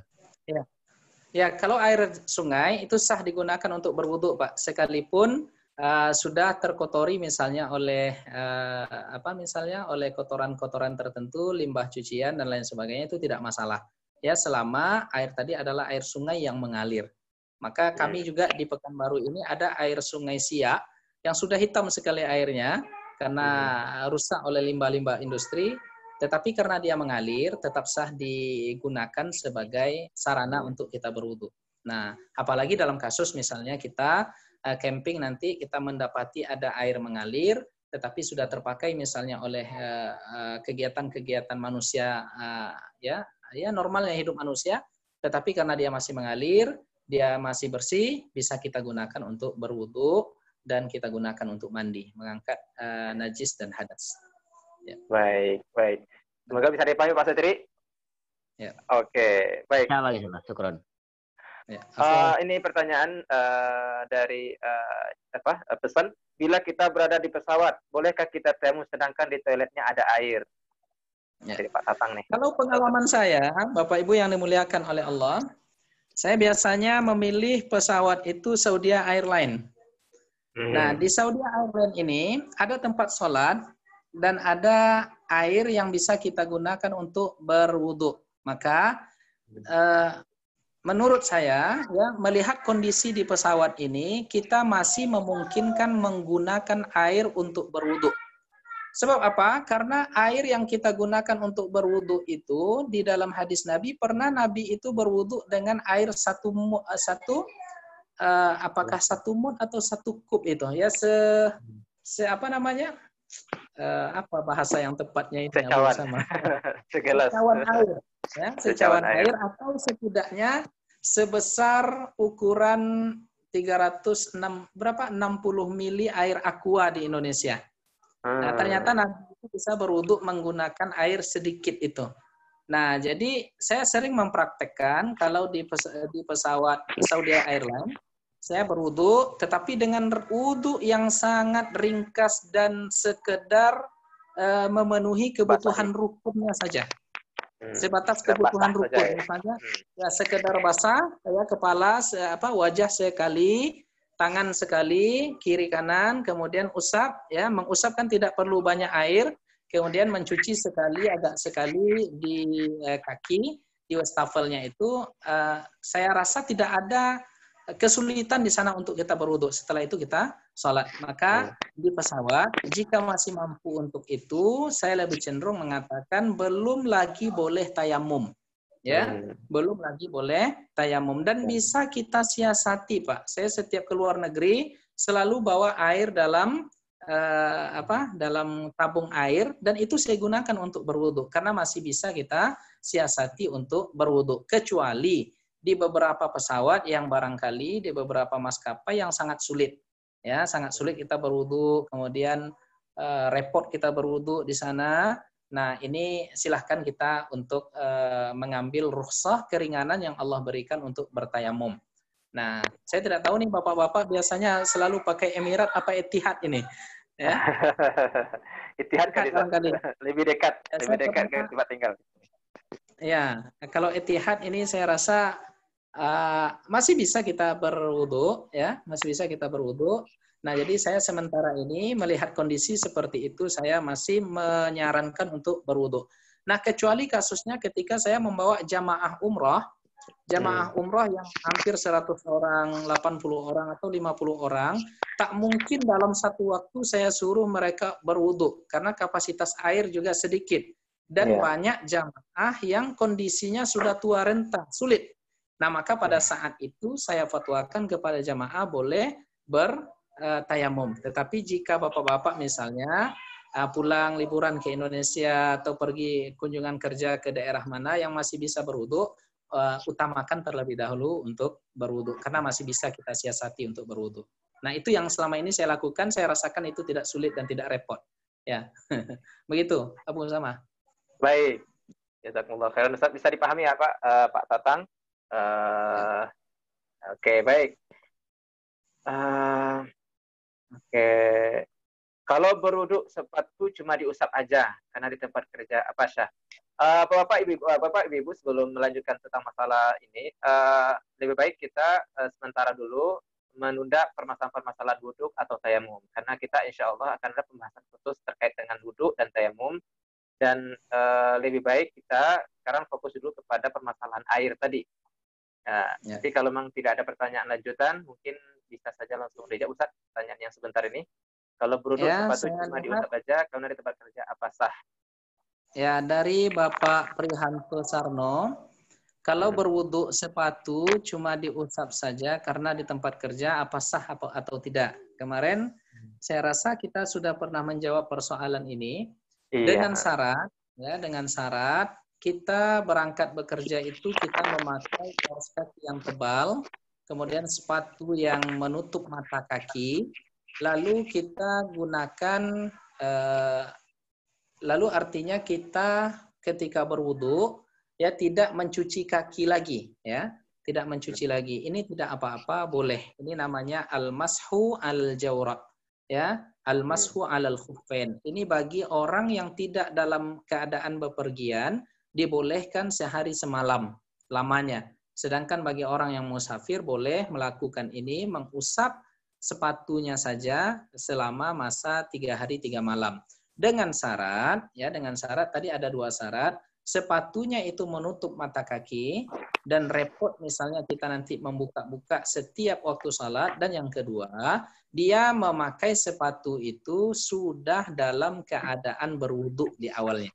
Jadi dia wudu dulu di rumah, setelah itu memakai sepatunya pergi berangkat kerja, nanti waktu salat zuhur dia tidak perlu membuka sepatunya lagi, cukup dia usap saja karena di awal dia sudah dalam keadaan bersuci. Nah, itu pertanyaan dari siapa tadi? Dari Bapak kita, Bapak Prihanto. Nah, kemudian di atasnya ada pertanyaan tadi Ustadz Abu Usama dari Bapak Mahendra. Ustadz boleh di-share kitab rujukannya? Ya, kitab rujukannya kita memakai kitab rujukan Al-Fiqhul Manhaji ala Madhabil Imam Syafi'i. Yaitu kitab fikih mazhab Syafi'i yang dikarang oleh ulama-ulama negeri Syam. Ada 3 orang ulama yang mengarang kitab ini yang kita jadikan rujukan. Yang pertama Syekh Mustafa Khin, kemudian Ali As-Sorbaji dan Syekh Dr. Mustafa Al-Bughah. Nah, itu yang kita jadikan referensi karena ini pembahasannya langsung membahas tentang dalil-dalil yang dijadikan oleh mazhab Imam Syafi'i sebagai penguat pendapatnya. Jadi ini yang kita jadikan rujukan. Nah, kemudian tadi ada pertanyaan dari Bapak Rayyan. Ya, Bapak Rayyan, bagaimana dengan air sungai yang sekarang digunakan untuk mandi? Oh, sudah dijawab tadi ya. Oh ya. Nah, kemudian ada pertanyaan lagi, titip pertanyaan, seandainya kita menjumpai air kurang dari 2 kulah yang tercampur najis, apakah boleh kita tambahkan air tersebut sehingga jumlahnya lebih dari kulah? Gitu. Tidak. Ya, jadi ketika kita menjumpai air yang sudah tercampur najis dan kondisinya sudah tercampur najis dan dia dalam kondisi kurang dari 2 kulah, maka air itu harus dibuang. Tidak boleh kita campur dengan tujuan mencukupkan dia menjadi 2 kulah. Jadi air tadi harus kita buang, ya. Kita tidak gunakan untuk dibuang dalam artian kita tidak gunakan untuk mandi, mengangkat hadas besar kita ataupun mengangkat hadas kecil kita dengan berwudu. Jadi tidak sah kita gunakan air tadi. Jadi cukup dibuang saja, diisi dengan air yang lain. Nah, itu jawaban dari pertanyaan terakhir tadi. Jika ada yang lain silakan. Baik, ini Pak Rashid melambaikan tangan lagi. Ada yang mau ditanyakan Pak Rashid? Tafadhol Pak Rashid. Ya. Pak Rashid. Tafadhol Pak Rashid. Halo, assalamualaikum. Baik. Waalaikumsalam Pak Rashid. Maaf nih Pak Ustadz. Dulu soalnya pernah ini saya kejadian. Jadi waktu itu kita pernah bepergian itu bahwa dalam keadaan nggak berwudu. Terus waktu sholat tiba kita mau berwudu. Nah, waktu itu kita bawa air minum. Itu ada yang mengatakan itu nggak boleh buat berwudu. Soalnya air minum itu yang dalam botol itu ya. Soalnya itu ada udah terjadi proses kimiawi, penambahan yang barang-barang suci, yang lain-lain yang kategorinya mungkin bisa dikategorikan air mustakmal yang karena 1 botol itu kan. Nah, itu pertama itu gimana itu, Ustaz? Iya. Jadi waktu itu artinya kita ragu. Terus yang kedua menyambung tadi air yang kurang dari 2 kulah itu kalau sudah tercampur najis kan katanya tadi harus dibuang. Ya. Nah, itu karena itu kan kategorinya tempatnya juga udah mengandung najis ya. Itu harus dibersihkan dulu, apa cukup habis setelah kita buang cuman kita tambahin air sampai kita masukin air sampai lebih dari 2 kulah itu tadi. Baik. Jadi perlu dibersihkan dulu apa enggak ini? Itu aja. Ya, baik. Ya, 2 pertanyaan dari Bapak siapa tadi bersama? Pak Rashid. Ya, Pak Rashid, jazakumullah khairan atas pertanyaannya. Yang pertama, kita mesti memastikan dulu air kemasan tadi melalui proses yang bagaimana. Kalau kita di Indonesia kan ada air aqua, ada le mineral, dan berbagai jenis merek, dan memang itu tidak mengandung unsur-unsur yang membatalkan jenis air tadi bisa kita gunakan untuk berwudu ataupun untuk mandi. Tapi tentu untuk berwudu ya, karena mandi tentu butuh jumlah yang besar. Nah, jadi air seperti aqua atau air seperti le mineral dan lain sebagainya itu sah digunakan untuk kita berwudu, khususnya di Indonesia, karena itu tidak proses kemasan, mengemas air tadi pun sudah diperhatikan oleh lembaga pengawas makanan dan obat-obatan dari Majelis Ulama Indonesia. Jadi tidak ada unsur-unsur yang yang najis, tidak ada unsur-unsur yang haram di dalamnya. Dan saya rasa seluruh air kemasan juga seperti itu proses pengkemasannya di berbagai negara. Nah, di Abu Dhabi atau di Uni Emirat Arab saya rasa juga seperti itu. Nah, jadi tidak masalah insya Allah, karena pasti apalagi di negara-negara yang sudah maju itu proses pengawasan terhadap kemasan air mineral tadi sudah terjaga dengan baik selama tidak terkandung di dalamnya bahan-bahan yang najis, tidak ada terkandung di dalamnya bahan-bahan yang bersumber dari segala sesuatu yang diharamkan oleh Allah Subhanahu wa taala. Selama itu terjaga, maka kita boleh gunakan untuk berwudu. Itu yang pertama. Yang kedua, Bapak, kita pun tidak perlu menyusah-nyusahkan diri mencari tahu harus konfirmasi ini air terbuat dari apa. Ini menyusahkan kita. Ya, ini menyusahkan kita. Selama kita cium dan kita rasakan aromanya baik, ya warnanya jelas, ya kemudian dia terjaga dengan kemasan yang bagus, tidak apa-apa. Jadi kita tidak perlu menelpon sana sini atau kita telepon nanti pabriknya ini terbuat dari apa, tidak perlu kita mencari tahu tentang itu, ya karena itu menyusahkan kita. Wa ma ja'ala 'alaikum fid dini min haraj, bahwa Allah tidak menciptakan segala sesuatu dalam ajaran agama ini yang menyusahkan kita. Jadi itu poin yang perlu saya sampaikan kepada Bapak Rashid tadi ya. Nah, kemudian yang kedua, tata cara membersihkan air yang kurang dari 2 kulah yang sudah tercampur najis tadi, kita bersihkan, bukan sekedar dibuang, kita bersihkan terlebih dahulu sehingga hilanglah aroma dari najis, ya, hilanglah warnanya, hilanglah bau dan rasanya. Jadi 3 itu. Setelah hilang aroma, bau, rasa, warna, ya, najis tadi dalam bak mandi kita, barulah setelah itu bisa kita gunakan, isi kembali dengan air yang baru. Tetapi jika misalnya sekedar kita buang tetapi bau masih tersisa, rasa masih ada, kemudian warnanya masih tersisa, ya itu belum boleh kita gunakan untuk kita isi kembali. Maka kita pastikan terlebih dahulu dengan sesuai kemampuan kita dia sudah hilang 3 jenis hal tadi, aroma, rasa, dan warna, baru setelah itu kita isi kembali. Nah, jadi kenapa? Karena kalau kita isi kembali dia mencapai 2 kulah, dia tetap akan mutanajis karena bau, rasa itu sudah sudah sangat maksimal di sana.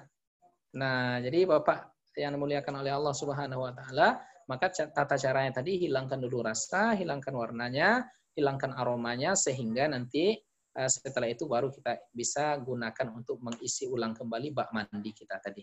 Begitu. Makasih Ustadz. Ya, sama-sama Pak Rashid. Baik, terima kasih Pak Rashid. Pak Iwan, tafadhol Pak Iwan. Ya, Assalamualaikum Pak Ustadz. Waalaikumsalam Pak Iwan. Saya mau tanya Pak Ustadz.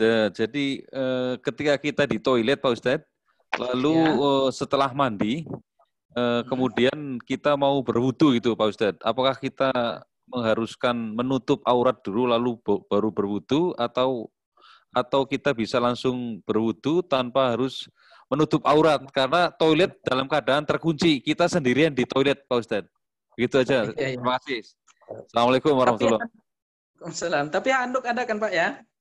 Handuk ada, cuma terus terang saya beberapa kali saya dengar kajian begitu, ada yang membolehkan Pak Ustadz, jadi tanpa harus menutup aurat karena kita sendirian di toilet, kita bisa langsung berwudu tanpa harus menutup aurat itu. Gitu.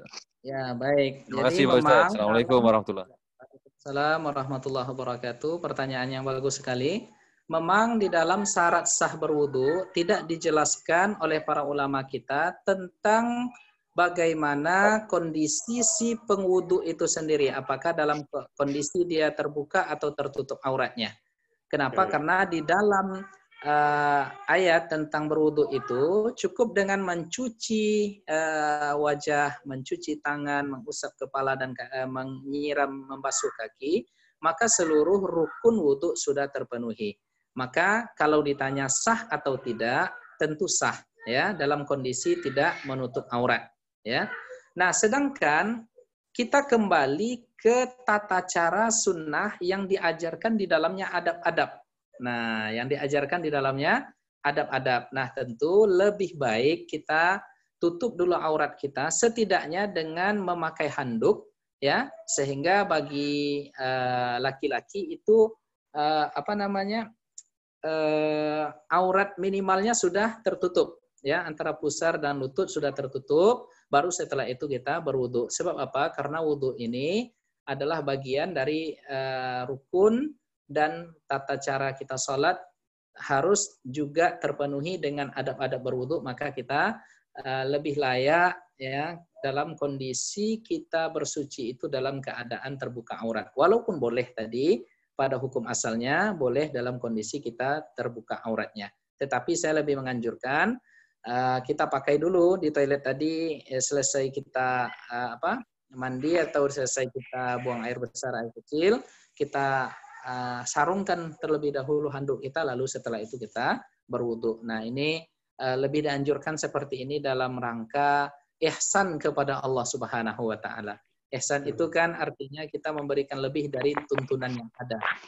Kalau tuntunannya 3, kita lebihkan dalam rangka berbuat baik, nggak masalah. Nah, jadi saya anjurkan Bapak dan untuk kita semua, jika berwudu itu gunakanlah handuk setidaknya untuk kita lebih terhormat, ya, dilihat oleh Allah Subhanahu wa taala ketika kita beribadah. Karena wudu ini kan juga ibadah, Pak. Jadi alangkah lebih baik dalam kondisi ibadah kita juga dalam kondisi terhormat. Nah, itu saran saya. Walaupun memang boleh dalam kondisi di mana kita tidak menutup aurat, kita lakukan wudu tadi. Ya, demikian. Ada yang lain? Syukron Pak Ustadz, syukron. Ya, afwan Pak. Baik. Silakan Bapak yang mau bertanya, nyalakan audionya, fadhol. Sembari menunggu Bapak bertanya, ini saya dari pribadi mau nanya juga, Ustaz. Ini kalau kita misalnya di toilet gitu, Ustaz. Kita kan kadang berwuduknya di keran air yang di bawah gitu, kadang di atas gitu. Kadang air itu memercik ke lantai gitu. Air sisa wudhu kita tuh memercik ke lantai, sehingga lantai pun tergenang air sisa wudhu kita gitu. Kemudian kita mau keluar gitu kan, keluar toilet.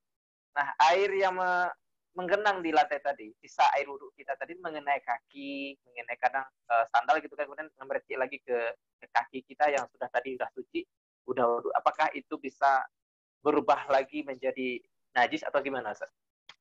Ya.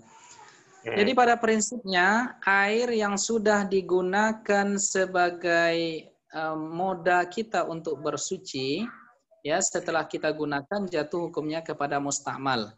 Misalnya kita berwudu di keran air di bawah, lalu sisa cucian wajah tangan kita tadi jatuh ke lantai atau masuk misalnya ke dalam ember, maka sisa air tadi dinamakan dengan air mustakmal yang tidak sah digunakan untuk berwudu atau bersuci. Yang tidak sah digunakan untuk berwudu dan bersuci. Artinya kalau sebelum keluar air itu tumpah dan menyentuh kulit kita, kan itu tidak digunakan untuk bersuci, hanya air sisa biasa, itu tidak apa-apa. Kenapa? Karena yang kedua, Nabi mengatakan innal mu'mina la yanjus. Sesungguhnya seorang mukmin itu tidaklah najis. Jadi sisa-sisa yang kita pakai dari air wudu, air mandi tadi tidak jatuh hukumnya kepada najis, karena bukanlah seorang mukmin itu bernajis dia. Nah, tetapi dalam mazhab lain, ya, tadi saya sudah katakan memang mazhab Imam Syafi'i ini ketat dalam persoalan air. Dalam justru hadis tadi digunakan sebagai dalil tidak adanya air mustakmal. Kenapa? Karena Nabi mengatakan seorang mukmin itu tidaklah najis. Jadi sisa air bekas dia berwudu itu sah digunakan kembali. Tetapi dengan hadis yang sama, mazhab Imam Syafi'i menguatkan bahwa sesungguhnya air mustakmal tadi tidak sah dijadikan untuk bersuci kembali. Tetapi jika kena ke kaki, ke pakaian kita, itu tidak merubah, tidak ada hukum apa-apa karena tidak kita gunakan sebagai media untuk bersuci kembali. Ya, karena memang saya lihat juga gini, Ustaz, di di masyarakat kita yang masih tradisional gaya membangun masjid. Di depan masjid itu ada tergenang air gitu. Untuk ketika mau masuk masjid ada genangan air, sengaja digenangkan air seperti itu seolah-olah untuk mencuci kaki. mau masuk masjid berat, itu kan airnya sudah dipakai juga oleh orang-orang yang sebelumnya gitu, Ustaz. Apakah sama? Ya tidak masalah. Jadi status hukum airnya tetap suci, tetapi tidak sah untuk mensucikan. Digunakan untuk mensucikan. Oh, oke. Digunakan untuk bersuci, berwudu tidak sah, tetapi airnya itu suci. Ini banyak terjadi di Sumatera Barat ini. Iya, Ustaz. Di Sumatera Barat, di depannya itu dibuat kolam air, jadi setiap yang masuk ke masjid otomatis tercuci kakinya terlebih dahulu. Ini tidak masalah. Baik. Syukran, Ustaz. Oke, Pak Prihanto, Pak Prihanto, ada mau ditanyakan? Fadol. Ya. Fadol. Assalamualaikum, Ustaz. Waalaikumsalam. Ya, ini mau tanya. Seumpama begini, saya kan pakai coverall kalau kerja. Seumpama saya pas ke toilet, otomatis kan saya lepas. Tetapi ketika saya gantungin, setengah jalan itu jatuh ke lantai. Lantainya itu kering, nggak ada basah, ya ibaratnya nggak ada basah apapun. Itu untuk status coverallnya gimana, Pak? Bisa dipakai lagi untuk sholat atau tidak? Boleh dipakai untuk sholat kembali, Pak. Jadi selama kita tidak yakin di sana ada najis, dan tidak ada benda-benda yang mengindikasikan di sana najis, maka tidak apa-apa. Dan ini sesuai dengan kaidah hukum istishab. Al-aslu baqa'un makana ala makana. Hukum asalnya itu kembali ke sucinya. Jadi ketika di lantai itu kita tidak temukan apa-apa indikasi ya tentang najis, baik rasa, bau, warna tidak ada, ya tidak masalah kita gunakan untuk sholat kembali, kita lekatkan ke badan kita, itu tidak masalah. Jadi dasarnya, dalilnya adalah al-aslu baqa'un makana ala makana. Nah ini juga terjadi misalnya ketika kita misalnya masuk ke sebuah rumah yang sudah lama ditinggal, dan di rumah tadi kita jumpai ada bak mandi yang air di dalamnya penuh, tetapi kita tidak menemukan ada indikasi di sana bau, rasa, dan warna yang menandakan di situ ada pernah terjatuh najis. Nah, tentang apakah selama rumah itu kosong, misalnya ada tikus yang minum, ada binatang-binatang yang menikmati air itu tidak dituntut kita untuk mengetahuinya.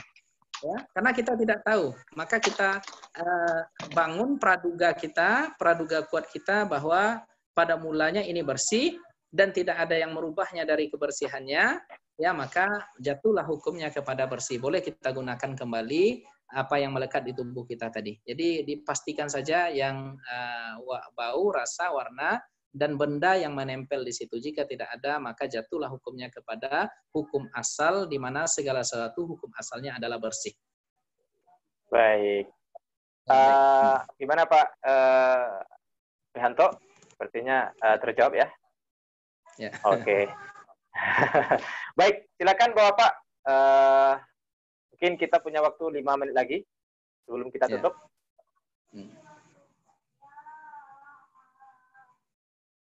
Ya, kalau misalnya tidak ada lagi pertanyaan. Oh ya, ini ada pertanyaan masuk. Apa perbedaan alasan repot dengan alasan malas? Apakah sama hukumnya? Ya, dalam hal tidak melepas sepatu. Ya, repot dengan alasan malas. Apakah sama hukumnya?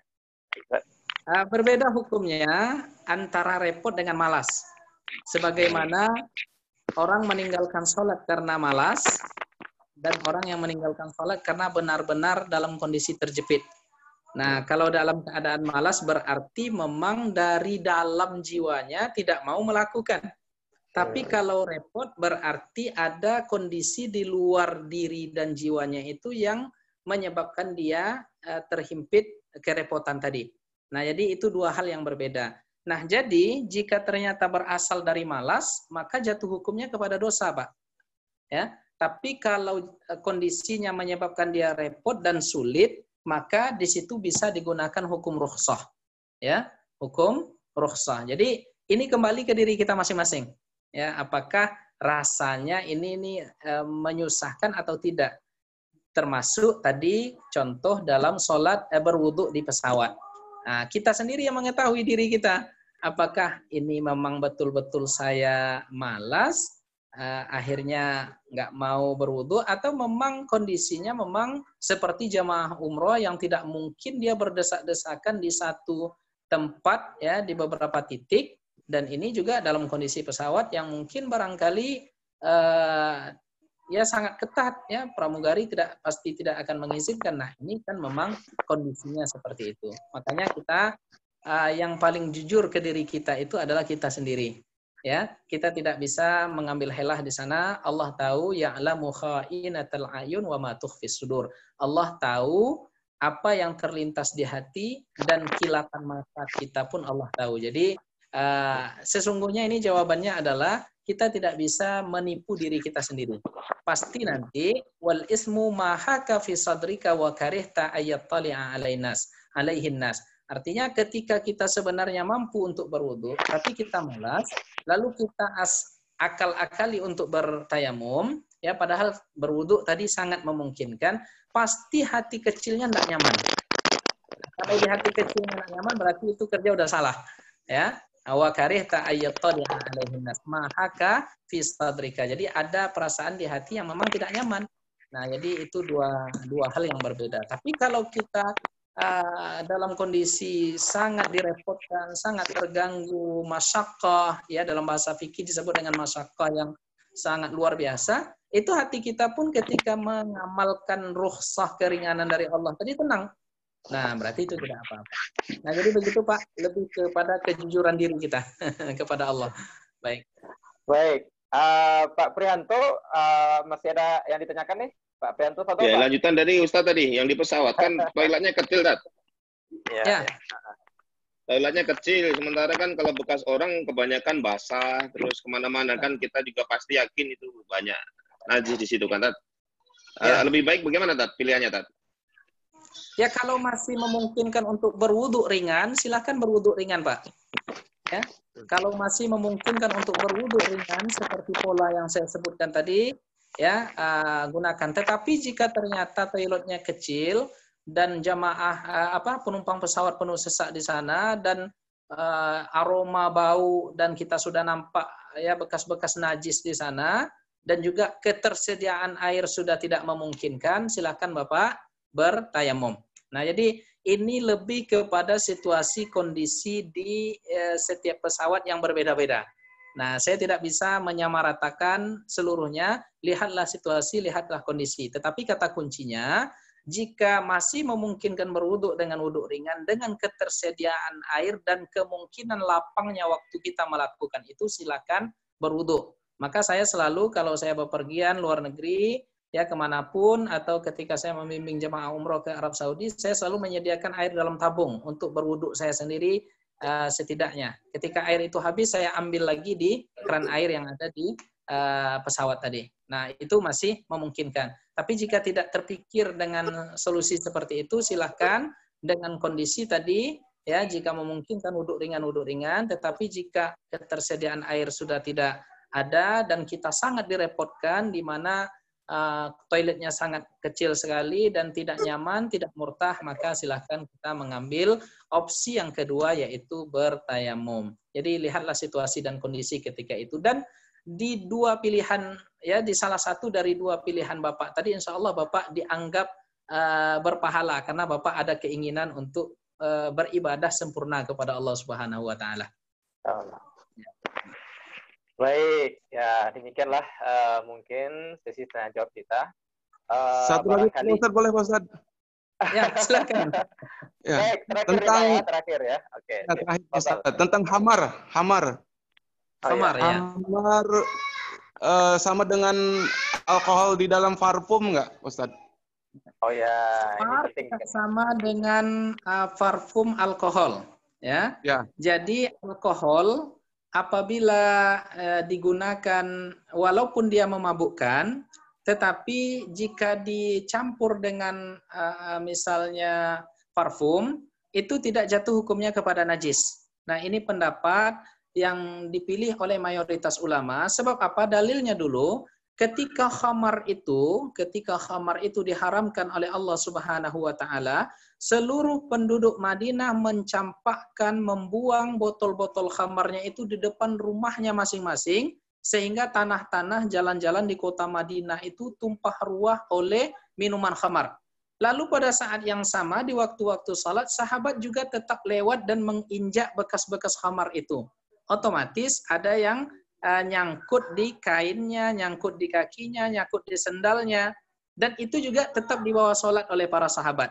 Nah, artinya para ulama dari hadis ini mengatakan, dari kisah riwayat ini mengatakan, khamar itu najisnya apabila diminum, ya, tetapi apabila digunakan alkohol sebagai media untuk sekedar parfum, lalu kita pakai, ya, maka tidak masalah. Jadi itu tidak jatuh hukumnya kepada najis. Karena pada hari ini umumul balwa, ya, seluruh produk, ya, kecantikan, kebersihan itu ada unsur alkoholnya, termasuk deodoran untuk ketiak yang kita pakai. Nah, itu ada unsur alkoholnya juga. Bahkan ke sabun badan, ya, body wash kita pun ada alkoholnya. Maka itu tidak dikategorikan sebagai najis yang menghalang untuk pelaksanaan sholat kita. Jadi silahkan gunakan untuk sholat. Tetapi jika masih bisa mencari parfum non alkohol, ya tentu itu lebih baik. Tetapi saya pribadi lebih cenderung ke pendapat tadi yang mengatakan alkohol sekedar sedikit untuk parfum kita gunakan untuk sholat itu tidak apa-apa berdasarkan dalil ini riwayat dari Imam Muslim. Ya, demikian Pak. Terima kasih Pak. Ya, sama-sama ya. Oh ya, Ustaz, mohon maaf ini Ustaz, saya baru teringat sekarang tadi ya. Pengen ditanyakan tapi lupa gitu.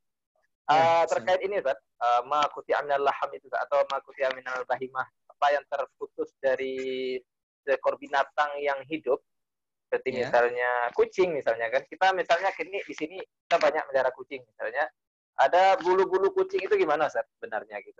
Kan kita mungkin kucing ya duduk di pangkuan kita mungkin, kemudian bulu-bulunya tanggal dari badannya gitu kan. Apakah itu juga termasuk bangkai najis atau gimana Ustaz? Ya. Nah, ini pertanyaan terakhir. Kalau hanya bulu atau rambut-rambut dari binatang itu yang gugur dengan alami itu tidak dikategorikan sebagai bangkai. Dia yang gugur terputus tadi jika diputus dengan sengaja telinganya, ya diputus dengan sengajanya, terputus dengan sengaja atau tidak sengaja kakinya, kukunya, maka itu yang termasuk dari bangkai. Sedangkan bulu itu normal, bisa lepas dalam situasi dan kondisi atau cuaca tertentu. Maka itu tidak dikategorikan sebagai najis. Yang kedua, sebagai pengayaan jawaban, khusus untuk kucing itu dapat dispensasi khusus dari Rasul. Innaha minat tawafina alaikum. Kucing itu termasuk, walaupun tidak halal dimakan dagingnya, tetapi dia termasuk binatang yang sering tawaf di sekeliling kita. Nah, artinya karena kucing itu binatang yang jinak, yang tidak kotor, dan banyak penelitian juga mengatakan kucing itu sebenarnya tidak membawa penyakit apa-apa. Karena jenis kucing ini, jika dia punya penyakit, dia akan menghilang, menghindar dari kerumunannya dan kerumunan manusia, dan dia mati tanpa membawa berita apapun. Di kucing itu kalau sudah hilang berarti dia sudah mati. Dia pandai mencari tempat untuk mati. Kalau dia sudah punya virus, punya penyakit. Nah, jadi khusus di persoalan tadi maka tidak dikategorikan dia sebagai bagian yang terpotong dari binatang yang jatuh hukumnya kepada najis. Baik, jazakumullah khairan Ustaz. Ya, demikianlah mungkin pertemuan kita pada hari ini. Banyak hal yang luar biasa yang kita dapatkan pada sore hari ini. Mungkin ya barangkali kalau ada pertanyaan-pertanyaan lagi baru teringat bagaimana kita bisa tanyakan lewat Japri. Silahkan nanya kepada saya langsung, kemudian saya sampaikan kepada Ustaz. Terakhir Ustaz, kita kasih dan Ustaz untuk doa patah kata untuk kebaikan kita dan kaum muslim. Baiklah, tidaklah sebuah majelis yang di antara kita ada yang berdoa fayu aminuhum sairuhum dan selebihnya majelis itu orang-orang yang hadir mengaminkan, kecuali nanti mudah-mudahan Allah jawab doa-doa kita. Na'udzubillahi minasyaitonirrajim. Bismillahirrahmanirrahim. Alhamdulillahirabbil alamin. Assalatu wassalamu ala asyrafil anbiya'i wal mursalin wa ala alihi washabbihi ajma'in. Allahumma ighfir lana dzunubana wa liwalidina warhamhum kama rabbawna shighara. Allahumma ighfir lana dzunubana wa kaffir 'anna sayyi'atina wamhu 'anna hubatina wastur 'uyubana wa 'auratina wa amin raw'atina washfi mardana ya Allah ya arhamar rahimin. Allahumma ihfazna kulli su'in wa makruh. Allahumma irfa' 'anna al-bala'a wal waba'. Allahumma irfa' 'anna al-bala'a wal waba'a wal ghala'a waz zina waz zalazila ma dhahara minha wa ma batan an biladana hadhihi wa an sa'iri buldanil muslimina 'ammah bi rahmatika ya arhamar rahimin. Allahumma salli ala sayyidina Muhammadin salatan tunjina biha min jami'il ahwali wal afat wa taqdi lana biha jami'al hajat wa tutahhiruna biha min jami'is sayyi'at wa tuballighuna biha aqsal ghayat wa tarfa'una biha 'indaka 'adad darajat innaka sami'un qaribun mujibud da'wat wa ya qadiyal hajat. Rabbana atina fid dunya hasanah wa fil akhirati hasanah wa qina 'adzabannar. Wa sallallahu ala sayyidina Muhammad wa ala ali sayyidina Muhammad wa ala alihi wa sahbihi ajma'in wa man tabi'ahum bi ihsanin ila yaumiddin ya arhamar rahimin wa akhiru da'wana alhamdulillahi rabbil alamin. Taqabbalallahu minna wa minkum salihal amal. Mohon maaf atas segala kehilafan kami. Sampai jumpa lagi insyaallah di waktu yang akan datang.